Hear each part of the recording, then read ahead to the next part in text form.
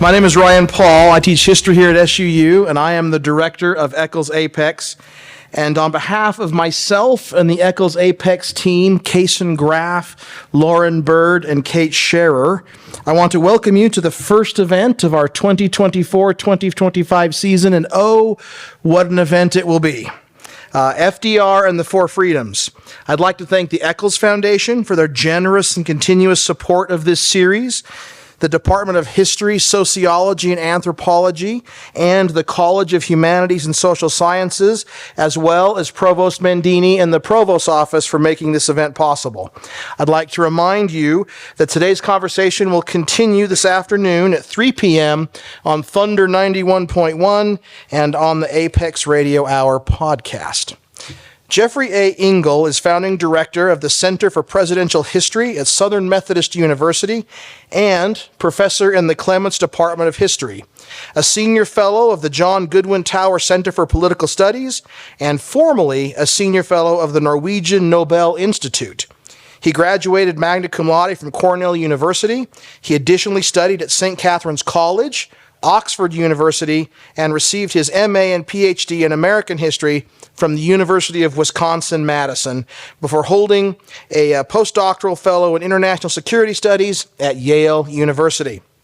Having taught American history, international relations, and grand strategy at the University of Wisconsin, Yale, the University of Pennsylvania, and Haverford College, he served until 2012 at Texas A&M's University's Bush School of Government and Public Service as a professor and director of programming for the Scowcroft Institute for International Affairs. In 2012, the Society of Historians of American Foreign Relations named him their Bernhardt Prize Lecturer, while in 2019, SMU's Residence Life students voted him their campus-wide Hope Professor of the Year. Dr. Engel has authored or edited 13 books on American foreign policy, including Cold War at 30 Feet, The Anglo-American Fight for Aviation Supremacy, The China Diary of George H.W. Bush, The Making of a Global President, The Fall of the Berlin Wall, Into the Desert, Reflections on the Gulf War, The Four Freedoms, FDR's Legacy of Liberty for the United States and the World, When Life Strikes the White House, Presidents and Their Personal Crises, When the World Seems New, George H.W. Bush and the End of the Cold War, and with John Meekum, Peter Baker, and Timothy Naftali, Impeachment, An American History, among many others. I should note that we have copies of When the World Seemed New, George H.W. Bush and the End of the Cold War, and Impeachment, An American History for sale in the lobby, and Dr. Engel will be holding a book signing after his presentation. A frequent media contributor on international and political affairs on venues including MSNBC, Fox News, CNN, NPR, and the BBC. His scholarly and public articles have appeared in a variety of journals and newspapers and other publications. And now it is my pleasure to welcome Dr. Jeffrey Engel to Southern Utah University and to the Eccles A.P.E.X. stage. Thank you. Appreciate it. Well, howdy, everybody. I grew up in Nebraska. I'm allowed to say howdy. It's nice to see you. Thank you for coming out today to talk about Franklin Roosevelt. Thank you to Ryan for the wonderful hosting and to the History Department for hosting. And Madam Provost, thank you for your support and for bringing me out here.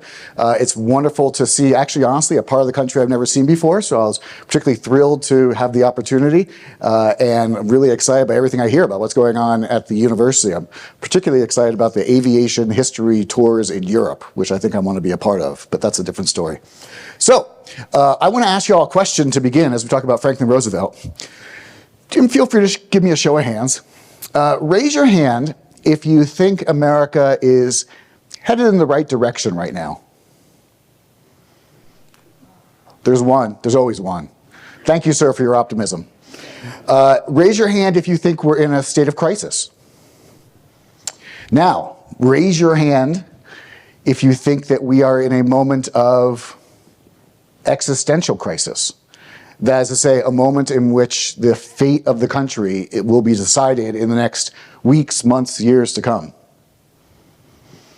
Well, that's what we're going to talk about today is the last time that we were in an existential crisis. And what's interesting about the concept of an existential crisis for the United States, I mean, let's face it, we've had problems, we've had issues, we've had crises from years and years, and there's barely a year in American history where you wouldn't find some major problem that people were worried about. But I would argue there's only 3 times in American history, only 3 times, where we've faced a truly existential crisis. And those are moments when the future of the republic is genuinely uncertain, genuine dispute. You screw this up, there's not going to be a country anytime in the future. Now, what's interesting about these 3 times is they happen to coincide with the 3 people who are generally, in fact, almost universally put at the top of any list when you ask who are the greatest American presidents. In fact, if I have you think about that question for a second, who are your top 3 American presidents? I imagine the majority of you will come up with a list that says George Washington, Abraham Lincoln, and Franklin Roosevelt. Why each of these 3? Well, again, each of them governed during a moment where you don't get this right, there is no country going forward. For Washington, obviously, it's the beginning of the country. You don't set the precedents right, next guy's not going to do a good job. Secondly, obviously, is Lincoln. I don't think I have to explain to anybody why the Civil War is an existential crisis. And the third is Franklin Roosevelt. Now, what's interesting to me about Franklin Roosevelt, among many things, is when I tell you that America faced an existential crisis under Roosevelt's time in office, it may not necessarily be obvious to you what I'm talking about. What he was particularly troubled by, the moment that he faced in American history that was so dangerous, was not World War II.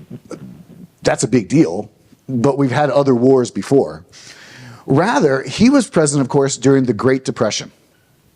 He was president during a time when Americans suffered more economically, arguably, than any other period in American history. And what's important to understand about that suffering is that it went on so long and it was so deep and pervasive throughout the entirety of American society that people began to question whether or not, frankly, this whole democracy thing is still working. Maybe the world had gotten too fast. Maybe communications had gotten too fast. Maybe transportation had gotten too fast. Maybe the way people and ideas and, frankly, military operations could move around the world quickly had gotten too fast. If that sounds familiar, by the way, that's a recurring problem in American history, people worrying that things have gotten too fast and that communications in particular have gotten too fast. But at the very least, people during the Great Depression were particularly concerned that the world had moved beyond this constitution that they had from the 1780s. And I want to make sure you understand exactly how bad the Great Depression was, because it doesn't necessarily compute to us today if we just look at the basic numbers. So about 25% of Americans at the time were out of work. By the way, the unemployment rate today is what, 3.5%, 4%? Now, you can argue that that's not a particularly useful measure. You can argue it's not even a very revealing measure. There are people who are not being covered. But at the very least, let's all agree, 25, a lot more than 4. But today, we live in a society where most families, statistically speaking, most families in America have 2 earners.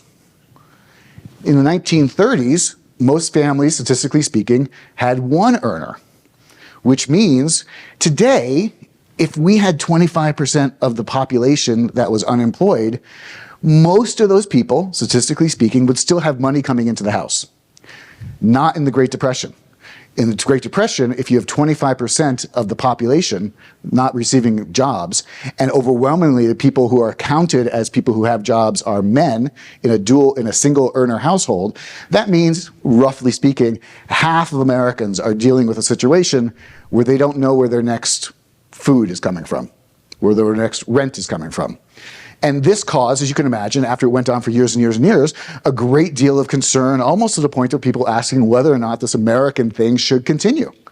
And this is really the context for Franklin Roosevelt when he takes office in March of 1933.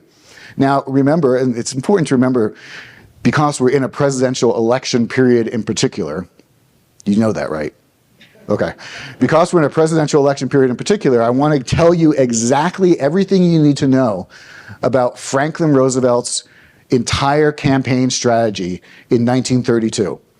The Great Depression, actually, to be honest, the Great Depression throughout much of the country, including here in Utah and Nebraska where I grew up, actually begins probably around 1924, 25.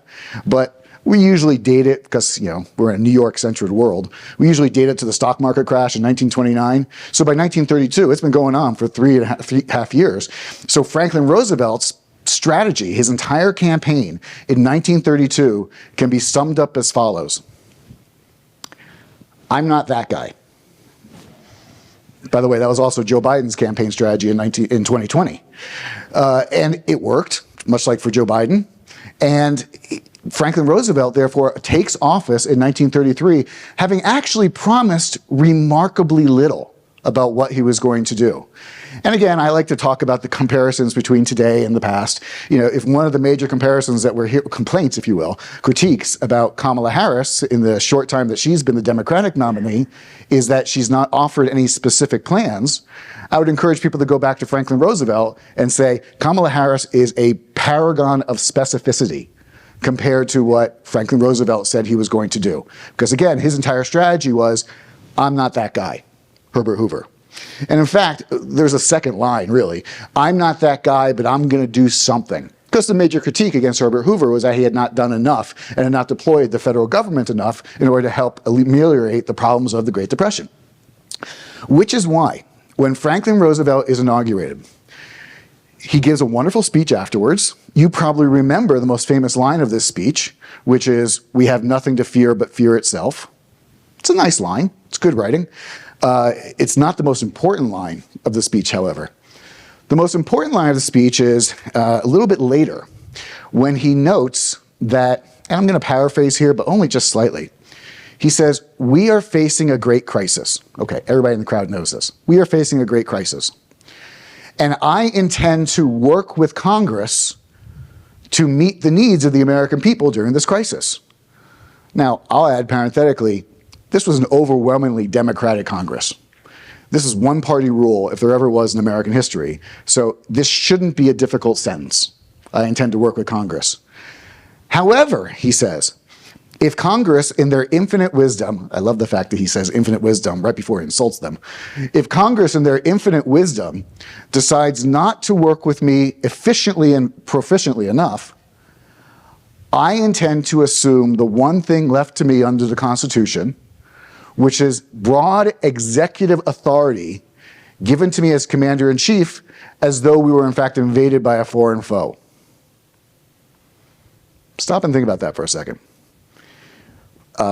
If one of our two candidates for president in their inauguration said, I intend to assume broad executive authority beyond what anyone in Congress wants, as though we were in a crisis at a time of war, well, you don't have to imagine, whichever person you're imagining giving that speech, you can easily imagine the other side having, I think the technical term is, a massive freak out about it. Because what he's basically saying is, this democracy thing, this is a last shot.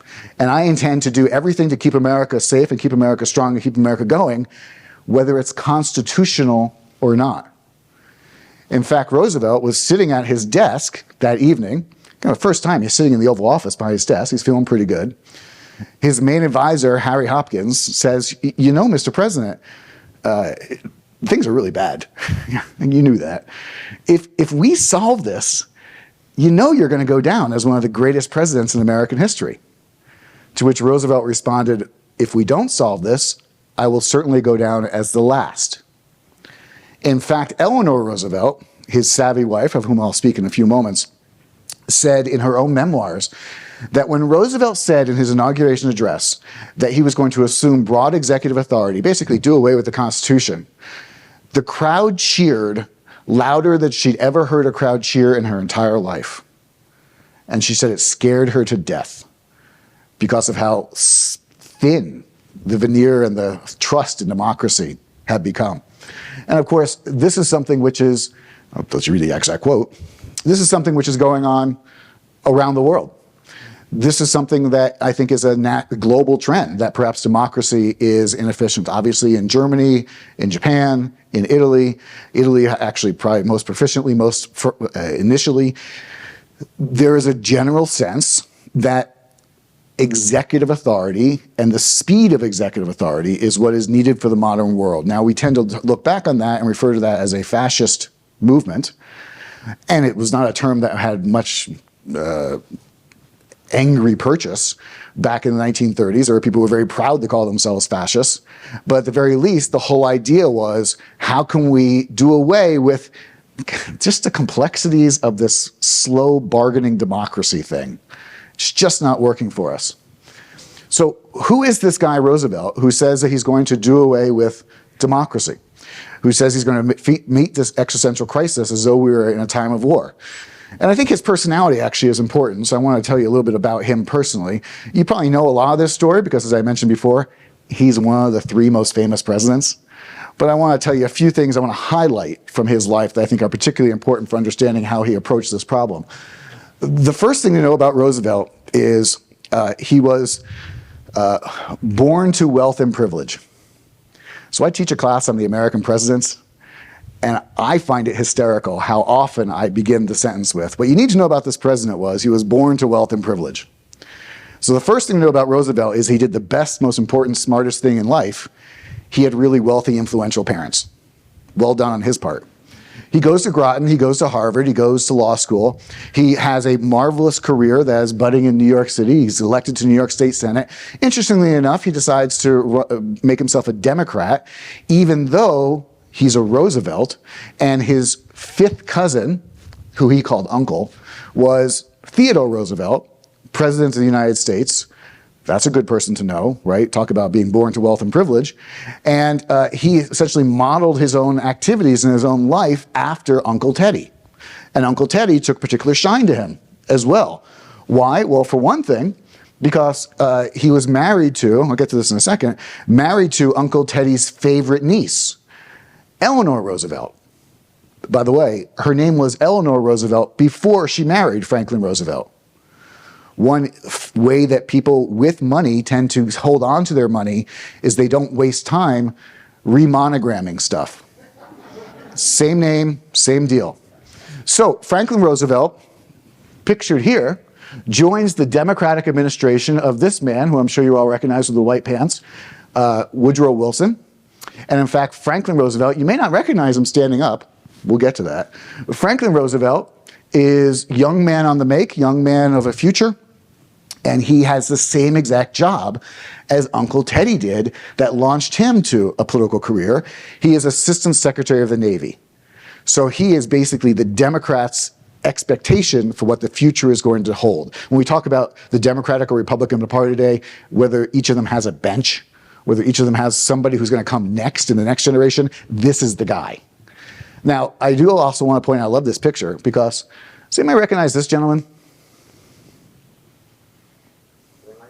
Yes, sir. Well done. Give that man an A. Williams Jennings Bryan, 3-time Democratic nominee for President of the United States. You'll note I never call him President Bryan because 3 times he lost. He is, however, a paragon of the Democratic Party. So he becomes, when Wilson becomes president in 1913, he becomes Secretary of State. That's actually really normal. When Hillary Clinton, who finished second basically to Barack Obama in 2008, became Secretary of State, that's actually the way most of the 19th and early 20th century had gone. The second most important person in the party, perhaps the person who finished second for your nomination, is given the most important cabinet position. So Bryan is Secretary of State. Now, sir, I want you not to answer this because I clearly see you're a Bryan expert. But everyone else, you should know, one thing you should know about Bryan, he was the least popular Secretary of State in all of American history among foreign diplomats stationed in Washington. I'll say it again. He was the least popular Secretary of State in all of American history among foreign diplomats stationed in Washington. Does anybody know why? He was an isolationist? He was kind of an isolationist, but that's not why. We've had lots of isolationists as Secretary of State. Bizarre, you would think that would be a disqualifying factor for the chief diplomat, but it actually goes in the opposite direction. Anyone else? Why would he be unpopular among foreign diplomats, sir? Pacifist. He is a pacifist, but again, we've had lots of those. Yeah, you gotta think deeper here. He was a teetotaler. And he was an adamant teetotaler, which meant it wasn't just enough for him to abstain. He demanded that alcohol could never be served at any diplomatic function. So imagine you're the French ambassador. It's bad enough you have to go to Washington, D.C. in the summer, but now you have to do a 5-hour diplomatic meeting without wine. So you can imagine they were very enthused when he decides to resign during World War I. Roosevelt, however, continues on, actually is the Democratic nominee for vice president in 1920, and the Democrats lose in a landslide, mostly because their candidate, who was Warren Harding, of course, said, "I'm not that guy," meaning Woodrow Wilson, "I'm not a Democrat." After World War I, there's a lot of disillusionment with the way the war had turned out, so the country's ready to turn back to its traditional electoral college base, which at that time was a standard Republican banner. So Roosevelt loses as vice president, but that's not so bad. If you're the young person who loses as vice president, Americans tend to blame the guy on top. So consequently, he has a brilliant future in front of him. In fact, he runs in 1920, and one other thing that you need to know about Roosevelt, just to get a good sense of his charisma, about his persona, is that 1920 in American history, now another pop quiz question, 1920 in American history is a really interesting precedent-setting election for one vitally important reason. Yes?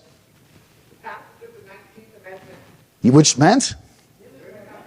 Thank you. First election where across the country women have the right to vote. Which means, I love this part, this is back in the day before primaries. Really? There were a few, but they didn't matter. So this is when you actually had, much like we just recently saw, a party come together at the convention and decide who their nominee is going to be. So in 1920, both sides got together, separately obviously, but both did the same thing. They got together with their party elites, all old white men, and they sat around, drank scotch, smoked cigars, and asked themselves a fundamental question. Who in this room is handsomest? What they came up with was Warren Harding and James Cox, Calvin Coolidge and Franklin Roosevelt. And I do think it's important to note that they did this very explicitly because they presumed that this new voting bloc of women was only going to do one of two things. Either vote for whoever their husbands or fathers told them to, or vote for the cutest. Which means I encourage you later on to look at these 4 candidates online and remind yourself not that these are the 4 most attractive candidates overall. These are what old white men in 1920 drinking scotch think look good. So he's on that list, and he has a very impressive wife as well, as I mentioned, Eleanor.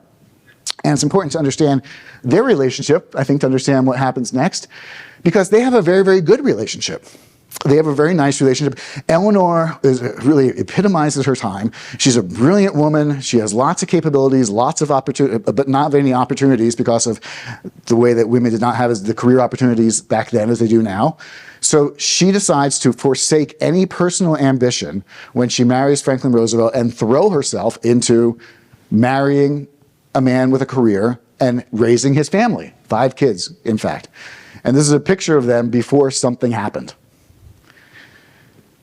That something, this is maybe the most important personal lesson you can take from Franklin Roosevelt, is that he got the Spanish flu.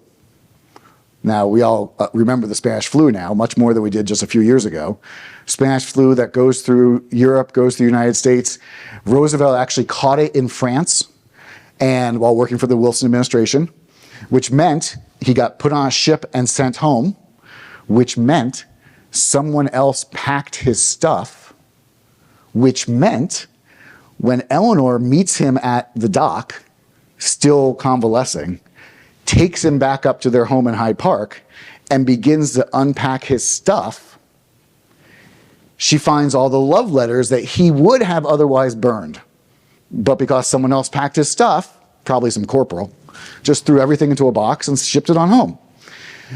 She is aghast, she is hurt, she is disturbed, but this does provide an important lesson for all of us, I think, which is, especially in this internet age, I'm not encouraging infidelity, just to be clear, but I am encouraging people to actively delete.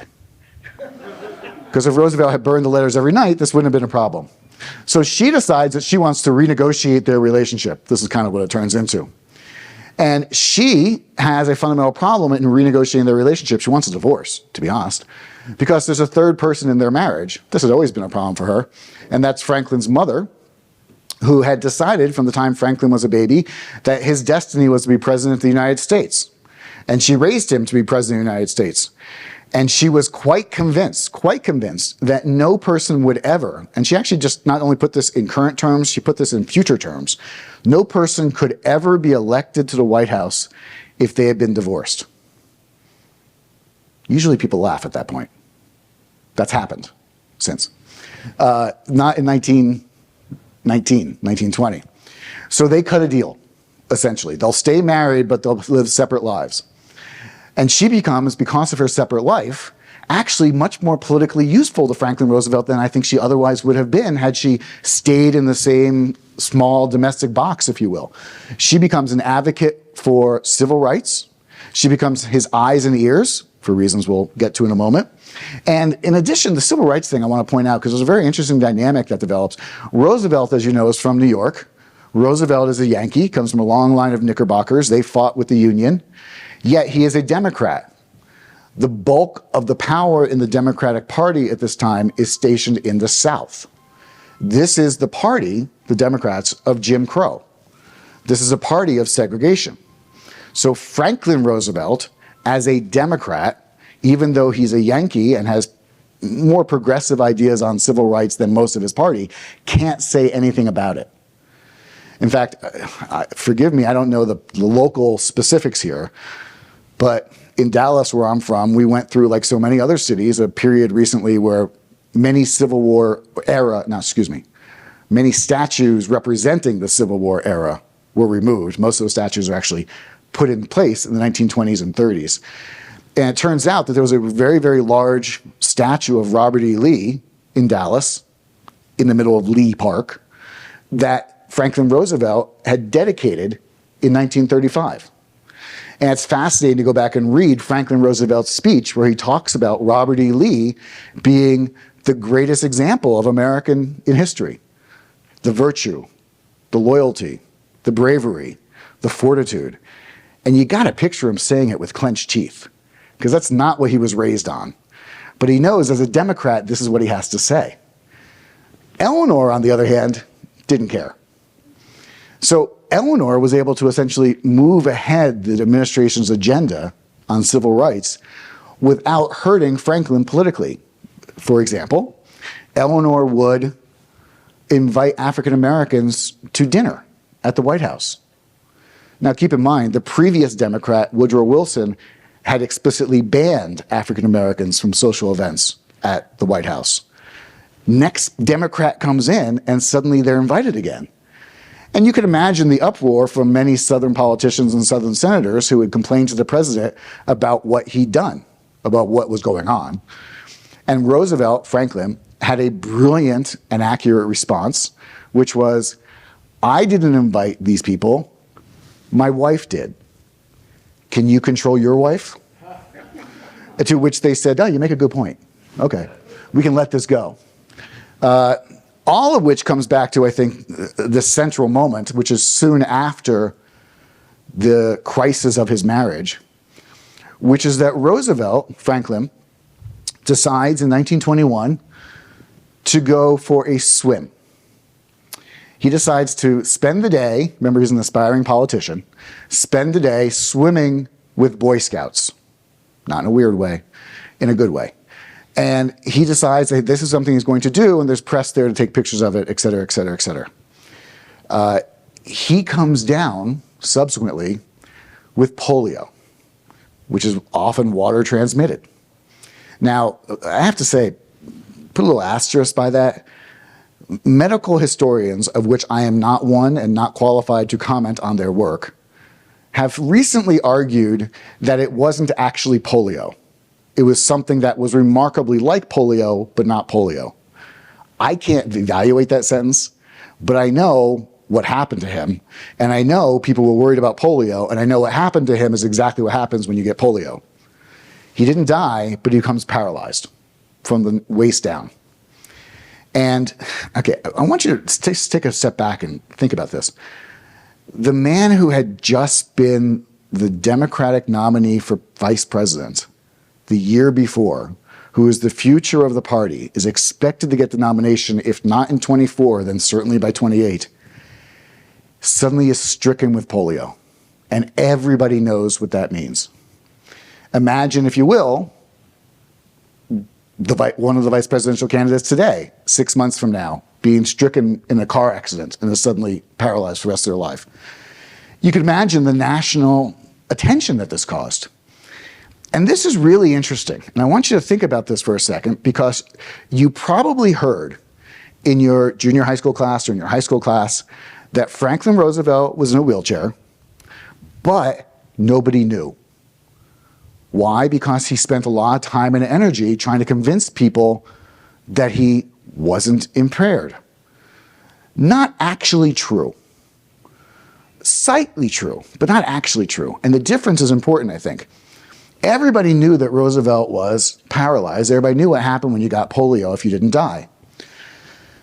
Roosevelt goes through a long period of depression, genuine depression, contemplates suicide for several years, decides then to reburst his optimism, refuel his optimism, if you will, spends the next several years, again, in isolation, building up his upper body, just doing tons and tons of dips and push-ups and everything, so that when he locked his legs in large iron braces that weighed about 30 pounds, that attached to his hip, and stood next to somebody, ideally somebody on both sides, but somebody tall, like one of his sons, and locked arms with them, he could, because of his built-up shoulders, throw his shoulders back and forth and make it appear, if you're looking just at the top of my head, that I'm walking. It's a useful fiction. He did a variety of things to demonstrate like that he could do the job of leading the country, including, you may know, factoid, he's the first president in American history, first presidential nominee from a major party in American history to accept the nomination at the convention. Why? Because the convention's in Chicago. He gets the nomination, finds out about it from telegram at about 11:35 at night, and hops in a plane and goes and gives an acceptance speech around 4 a.m. in the morning in Chicago. By the way, not great for the Chicago restaurant scene that all these people were stuck there until 4 a.m. But the point was to demonstrate that he physically could do it. He could get up in the middle of the night in Albany and be in Chicago. He could do it. And I really think this is an important point, because it's, on a personal level, something I remember is one of the things that really got me in trouble with my grandmother once. Because my grandmother, who grew up in the Great Depression, was absolutely convinced until her dying day that nobody knew that Franklin Roosevelt was paralyzed, and that she didn't know that Franklin Roosevelt was paralyzed. She voted for Franklin Roosevelt and didn't know he was paralyzed. And I, in graduate school, tried to explain to her, no, Grandma, you're wrong. You don't remember right. By the way, not a good argument. I believe I was not offered dinner that night. But the point being, Roosevelt had done a marvelous job of demonstrating to the world that he could do the job, at least, even though people knew the reality. And we can see this, by the way, if we just open our eyes to it. 1928, he goes and gives a triumphant return speech to the Democratic National Convention. The prodigal son has come home. Delegates are so enthused by his appearance that they wind up applauding him for 63 minutes straight. Standing ovation. Could you imagine what would happen to the television ratings today if there was just 63 minutes of applause? And this is what Franklin Roosevelt looked like to some of the people. On the other hand, if you have a different view, it's pretty clear he can't get there by himself. In fact, there's a problem that arises.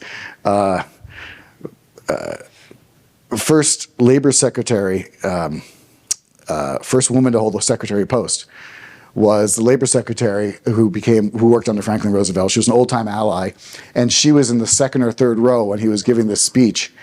And she realized a fundamental problem after the speech, after he was done, after delegates were done cheering, that Franklin was still standing there.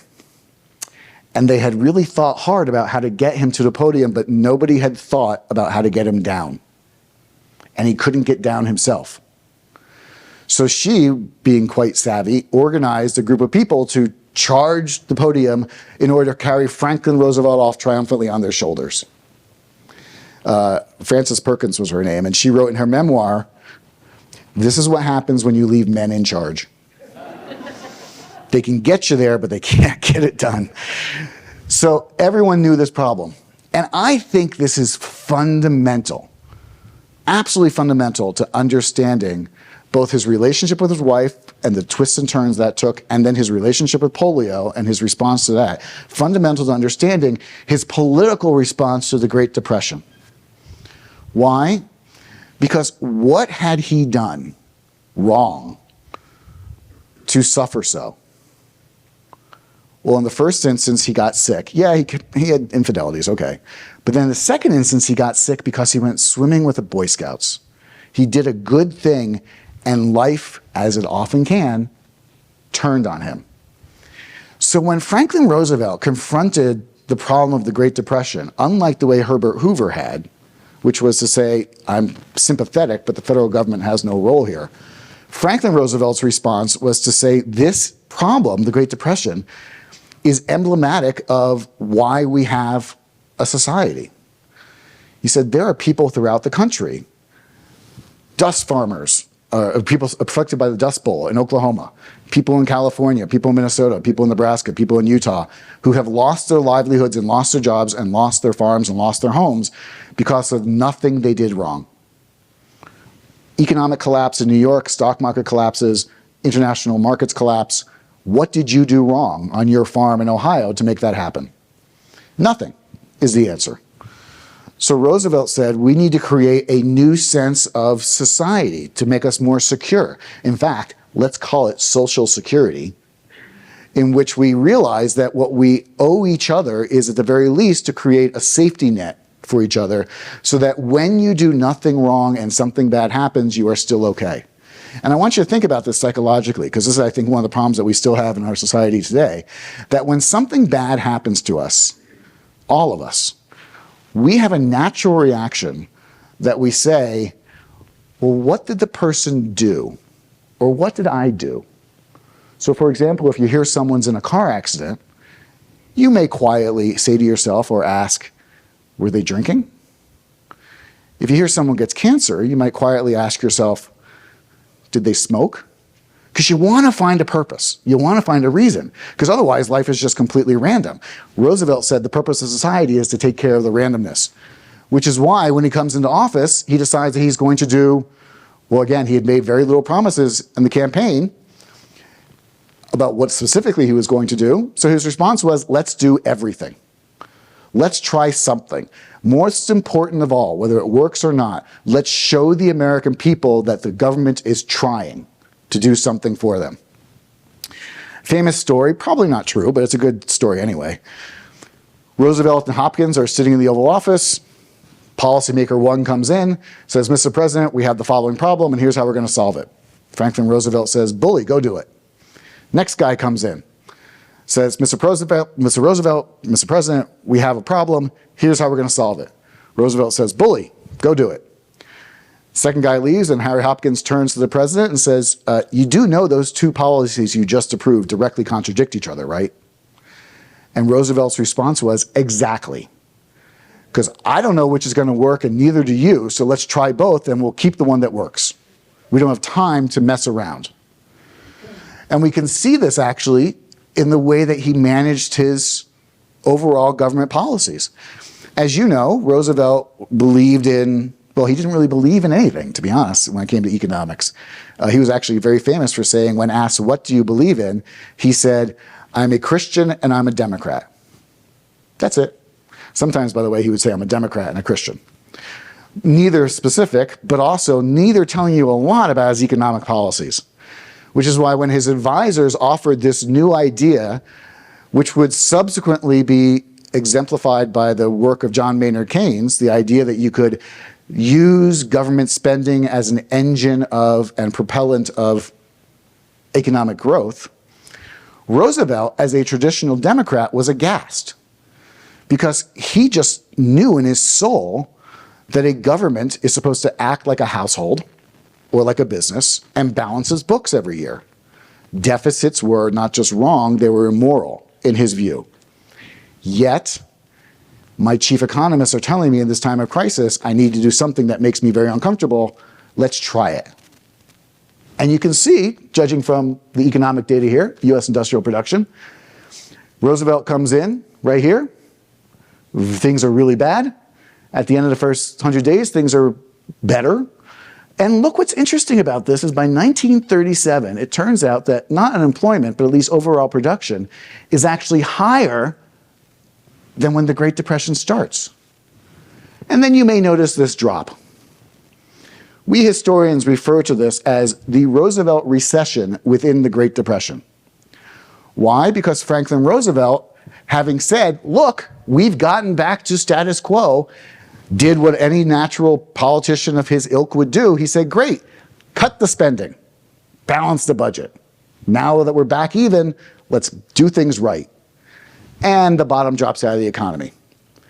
And I bring this up because he does something that's really, really smart next, that I encourage us to encourage all of our leaders to do. It's very frequent in our own society today to find a policymaker making a statement and then find something that said that they disagreed with that several years ago, maybe a generation ago, and say, ha ha, you're a hypocrite. What we should be saying instead is, thank goodness you can process new information.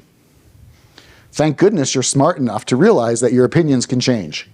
Roosevelt, having realized the decline, said, well, that was stupid.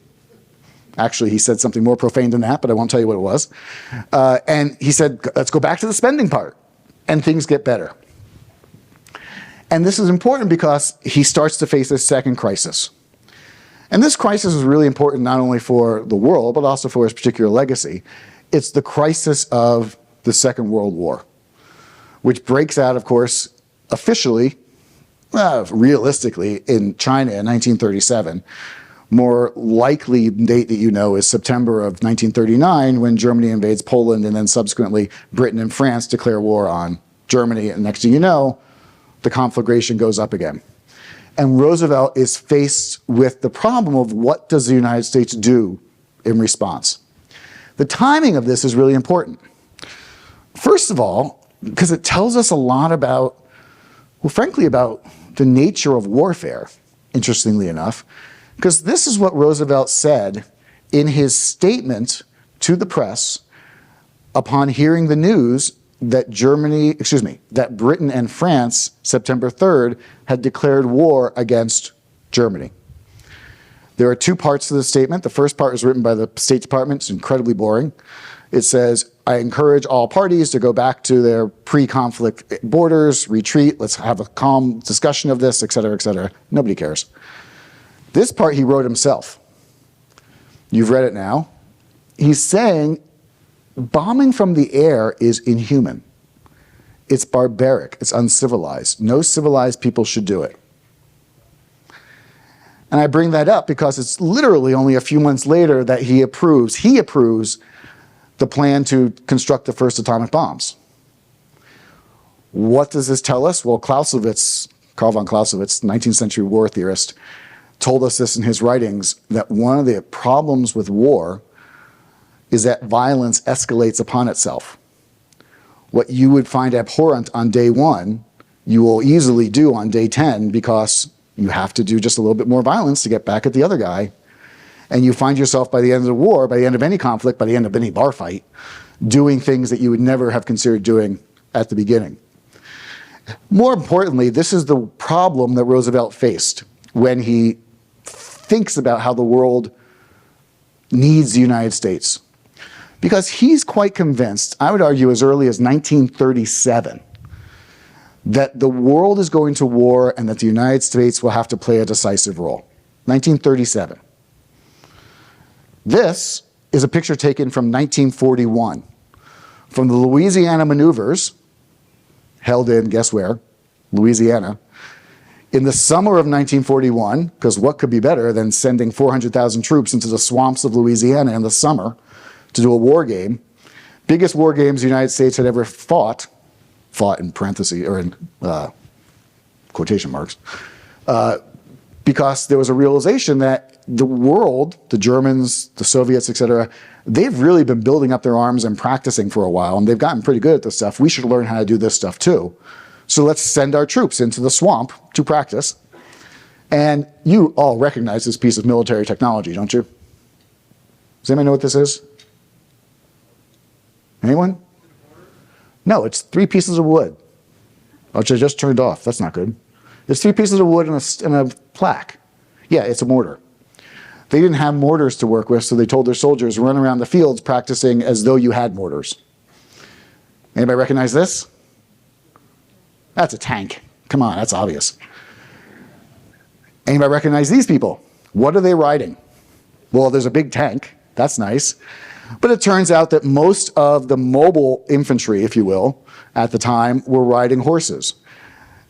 Picture the end of World War II, if you will, and picture George Patton triumphantly marching in his tank, riding in his tank through the streets of Germany. You will not see many horses. The United States is at a period where it needs to mechanize. And this picture, by the way, is actually playing a trick on you, because it's much worse than this appears. This is an age of disinformation today. This is the actual picture. There's a lot more horses than I led you to believe with that picture. This is the world he needs to confront. And he needs to confront this problem in particular of how to get from the small one on the bottom to the big one on the top. His solution, ultimately, is what we come to know as the 4 freedoms. Why? Because he had people who were arguing against any kind of military preparedness because they remembered what happened in World War I. In World War I, the United States had initially been neutral, as Roosevelt declared that we would be in World War II publicly. And then slowly but surely, because we take military orders from one side, because our ships get sunk, because the world and violence escalates upon itself, we got drawn in. And if you ask the average American, we actually have good data on this. This is about the time when public polling becomes good. If you ask the average American in 1937, was World War I a good or a bad thing? Over 65% would tell you it was a bad idea for us to get involved. And the leading reason why it was a bad idea is that the reason we went in was not to save the world for democracy, they would tell you. It was because we wanted to save bankers and big business. We had lent a lot of money to the Allies. We couldn't have them lose, so consequently, let's make sure that they win. So Roosevelt has to fight against a sense of repeating history, has to fight against a sense of isolationism, has to fight against a sense that perhaps the Allies aren't actually people we should follow. He's got people on the other side, like Charles Lindbergh, for example, who thinks the Germans are really doing things right. Similarly, Roosevelt knows that he has to convince Congress of something that they don't want to do. Which is why, in January of 1941, I'll end with this, he announces his declaration of war. Yes, I said January of 1941. You all know the war actually comes to American shores, if you will, December 7th of 1941, 11 months later. But in January of 41, ironically on January 6th of 1941, he gave his State of the Union address in which he said, we are at war. You may not like it, but we are. And we're in a position at this moment where we can win that war just by giving goods, just by giving supplies, just by giving anything other than troops. But then he goes on, and this is really important. And he says, I want you to understand why this matters to you. Because it's not a faraway thing. He says, if the Allies lose, we would have to, in order to protect our own defenses, create such a broad military industrial state that we would wind up having to erode the very freedoms that make us Americans. There are 4 freedoms that make us fundamentally Americans: freedom of speech, freedom of worship, freedom from want, and freedom from fear. And this is the brilliant thing I want you to take away from this lecture, that what Roosevelt did to get his agenda through is not make an esoteric argument about security, is not make a philosophical argument about Social Security, is not talk in big numbers about how many things we're going to build and how much we're going to do. He instead basically pointed his finger at every American and said, you and your children will lose these freedoms if you do not pass this bill, if you do not support my agenda. Now, I asked you to think about some major, massive pieces of legislation that we've seen go through lately. I'm just going to pick one at random because it's recent. President Biden's Build Back Better agenda. Raise your hand if you can actually name something that did for you, specifically. Sir, you don't count. You're ruining my point. There was a lot of big talk about how that was going to, and it's a big deal, invest trillions in this area, invest billions in infrastructure, do this for microchips, et cetera. But how's it helping Bob? How's it helping Sally? I've yet to meet, except for this guy, an American who can tell me exactly how it's helping them. Roosevelt made national politics personal, which I think is ultimately why he was able to rally the country around his agenda. It took a while. It took Pearl Harbor to sink it in, but rally the country around fighting a global conflict in the same way that he had fought a domestic crisis, and that is by personalizing things and saying, this matters to you. This matters to you individually. And I'll leave you with this final thought. We are in, as I mentioned before, I think, a 4th period of great existential crisis in American history.